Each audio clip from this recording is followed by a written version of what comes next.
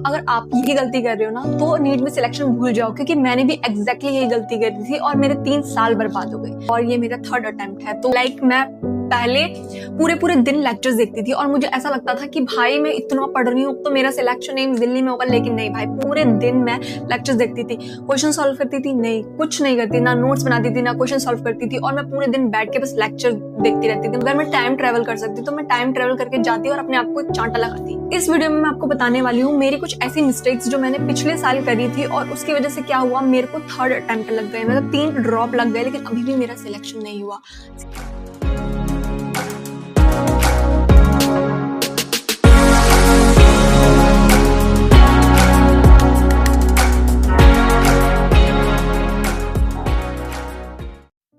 इसलिए बोल रही हूँ, अगर आप यही गलती कर रहे हो ना तो नीट में सिलेक्शन भूल जाओ, क्योंकि मैंने भी एग्जैक्टली यही गलती करी थी और मेरे 3 साल बर्बाद हो गए। तो गाइज, मेरा नाम है भावना मेहरा और ये मेरा 3rd अटेम्प्ट है। तो बोलने में बहुत ज्यादा डिफिकल्ट लगता है और बहुत एम्बैरेसमेंट लगता है एडमिट करने में, बट एडमिट करना पड़ेगा, it is what it is.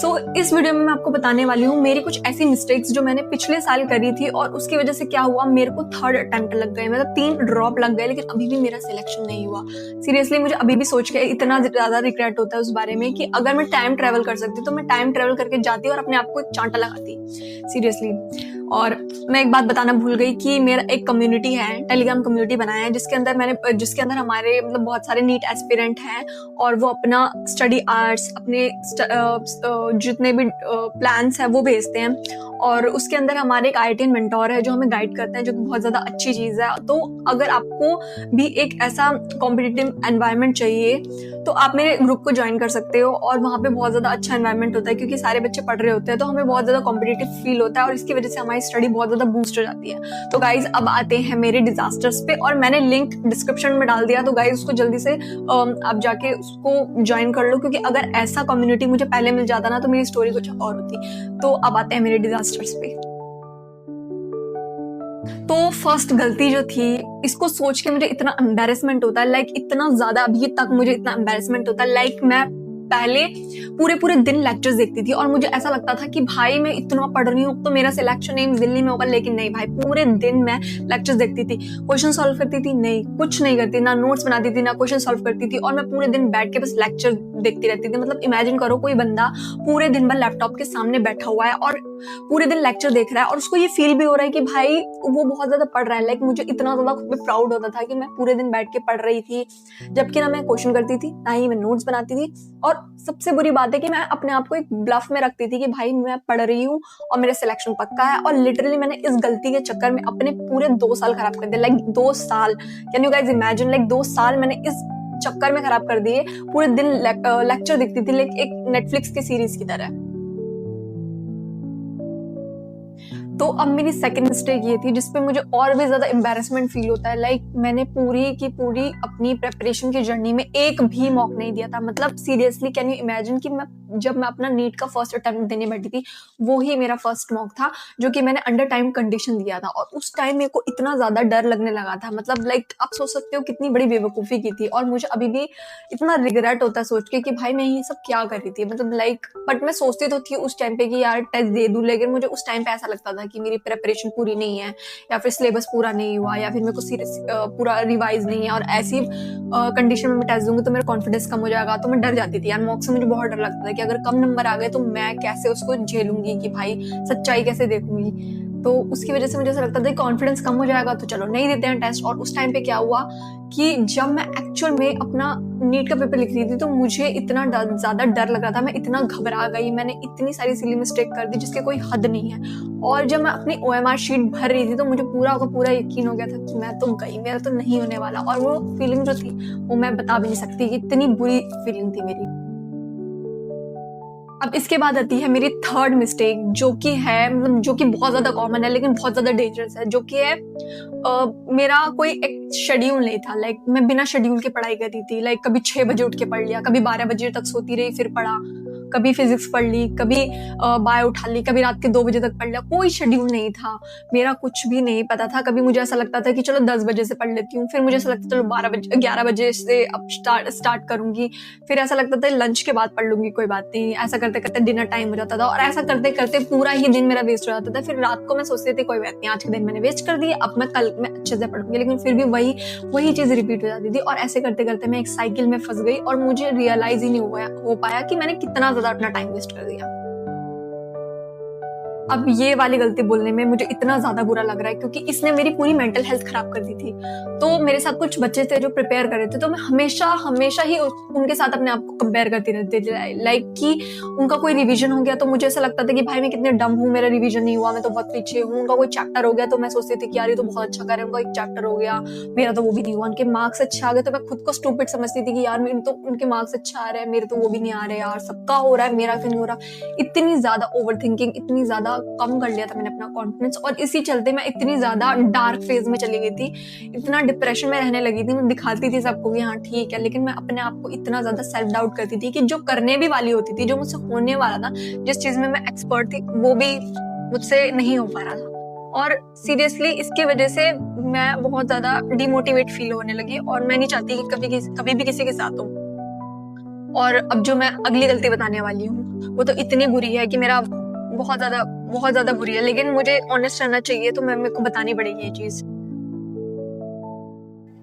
तो मेरा जो फ्रेंड सर्कल था वो बहुत ज्यादा टॉक्सिक था, बहुत ज्यादा वो टॉक्सिक था। और वो बहुत ज्यादा मतलब वैसे बच्चे नहीं होते जैसे जो बहुत ज्यादा डिमोटिवेटिंग बातें करते हैं कि भाई इतना क्यों पढ़ती है तू, चिल करा कर, पढ़ाई के अलावा बहुत सारी चीजें होती है, अरे कुछ नहीं होगा, टेंशन मत ले, इतना मत पढ़ा कर, इतनी टेंशन मत ले, इतना ओवर कॉन्फिडेंट, इतना ओवर इतना ज्यादा मत सोच।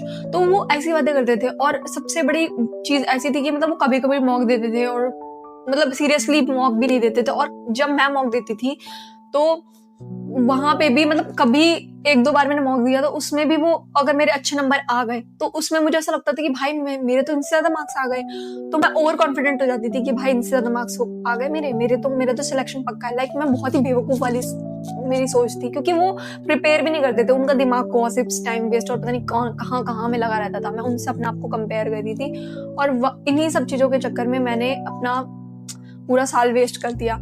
अगर मेरे पास स्टार्टिंग से ये बहुत ज्यादा मोटिवेटिंग और पढ़ने वाले बच्चे होते जैसे मेरे स्कूल में थी, जैसे मेरे साथ, तो कहानी कुछ और होती। लेकिन मेरा जो फ्रेंड सर्कल था वो भी बहुत ज्यादा टॉक्सिक था, तो उसकी वजह से मेरे पे बहुत बुरा असर पड़ा। ओके, तो इस वाली गलती को सुन के आपको सीरियसली बहुत हंसी आएगी, बट सुन लो, क्योंकि इसमें मैं क्या करती थी, सिंपल एनसीईआरटी होती है बायोलॉजी की, केमिस्ट्री की, वो पढ़नी होती है क्योंकि उसी से 70% क्वेश्चन आता है। लेकिन मैं क्या करती थी, मैं उसको इग्नोर कर देती थी और मैं क्या करती थी, फैंसी रिसोर्सेज कलेक्ट करती थी, ट्रेंडिंग टीचर्स फॉलो करती थी, उनके लेक्चर्स देखती थी, नए एप्स ट्राई करती थी और मुझे ऐसा लगता था कि हाँ मैं तो बहुत अच्छा कर रही हूँ। बट जो मेन चीज थी, जो फाउंडेशन था नीट का, जहाँ से मेनली क्वेश्चन बनते हैं, मैं उसको इग्नोर करती थी। और मैंने इस चक्कर में अपना इतना नुकसान कर दिया कि जब तक मेरे को रियलाइजेशन हुआ कि मैं अपना कितना नुकसान कर रही हूँ, तब तक बहुत देर हो चुकी थी।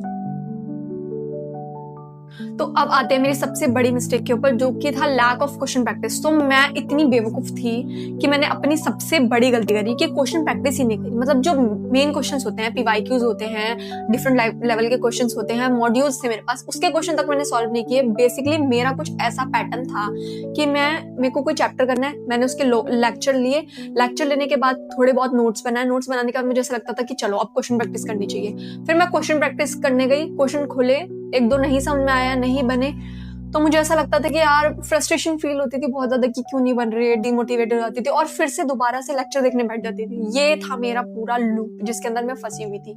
और इस चक्कर में क्या हुआ, मेरी एक भी क्वेश्चन प्रैक्टिस नहीं हुई, मेरी बिल्कुल भी पैटर्न नहीं बना था क्वेश्चन प्रैक्टिस करने का। और एग्जाम में मैंने हक दिया पूरा, मतलब इतना गंदा करा मैंने पेपर में कि बहुत सारी सिली मिस्टेक्स करी, इतना ज्यादा फ्रस्ट्रेटेड हो गई थी, एक भी टाइम पे क्वेश्चन सॉल्व नहीं हो रहे थे, स्पीड नहीं थी क्वेश्चंस में। और लाइक अगर आप ये सब कर रहे हो तो मतलब मत करो गाइस, क्योंकि question practice is a must. Question practice करना बहुत ज्यादा जरूरी है और इस टाइम पे मैं बहुत ज्यादा क्वेश्चन प्रैक्टिस कर रही हूँ ताकि मैं अपनी इस वाली गलती को सुधार पाऊँ। क्योंकि चाहे मैथ्स हो, चाहे साइंस हो, चाहे कुछ भी हो भाई, क्वेश्चन प्रैक्टिस करना इज इम्पोर्टेंट।